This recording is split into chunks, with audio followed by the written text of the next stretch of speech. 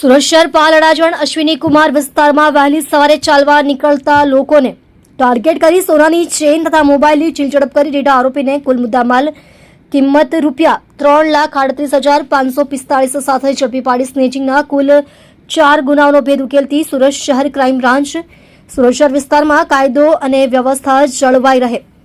તથા મિલકત સંબંધી ગુના અટકાવવા તથા પકડી પાડવા સારું ઉપરી અધિકારી શ્રી નાઓની મળેલ સૂચનાના આધારે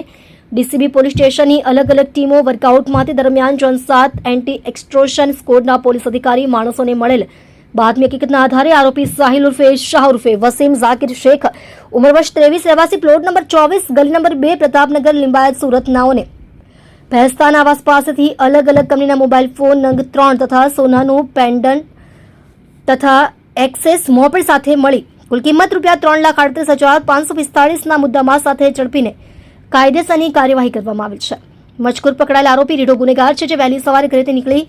જાહેર બગીચાઓ રસ્તા પર એકલા ચાલવા માટે નીકળેલ સ્ત્રી પુરુષોની રેકી કરી ટાર્ગેટ કરીને એમની પાસે રહેલ મોંઘા મોબાઈલ ફોન અને સોનાની ચેઇન અચાનક બળપૂર્વક ખેંચીને ચીલઝડપ કરી પૂરઝડપે મોપેડ ચલાવી નાસી જવાની એમો ધરાવે છે. મજકૂર આરોપી સુરત શહેરના અલગ અલગ પોલીસ સ્ટેશનમાં મોબાઈલ તથા ચેઇન સ્નેચિંગના ગુનામાં પોલીસ પકડાયેલ છે, જે આજથી 20 દિવસ પહેલા જેલમાંથી ભાષાની સજા પૂરી કરીને જેલ મુક્ત થયેલ છે. જેલમાંથી છૂટ્યા બાદ પોતાની પાસે રહેલ એક્સેસ મોપેડ પર વહેલી સવારે નીકળી પાલ વિસ્તારમાં અલગ અલગ 3 રાહદારીઓને ટાર્ગેટ કરી એક સોનાની ચેઇન એક સોનાનું પેન્ડન્ટ લઈને નાસી ગયેલ હતો. તેમજ અડાજણ અશ્વિની કુમારે પોલીસ સ્ટેશન વિસ્તારમાંથી 2 આઈફોન સ્નેચિંગ કરેલ હોવાની કબૂલાત કરેલ છે. આપ જોઈ રહ્યા છો ગુજરાતની સૌથી પહેલા ખબર આપતી Surat express news channel director Rajesh મંગલેની સાથે.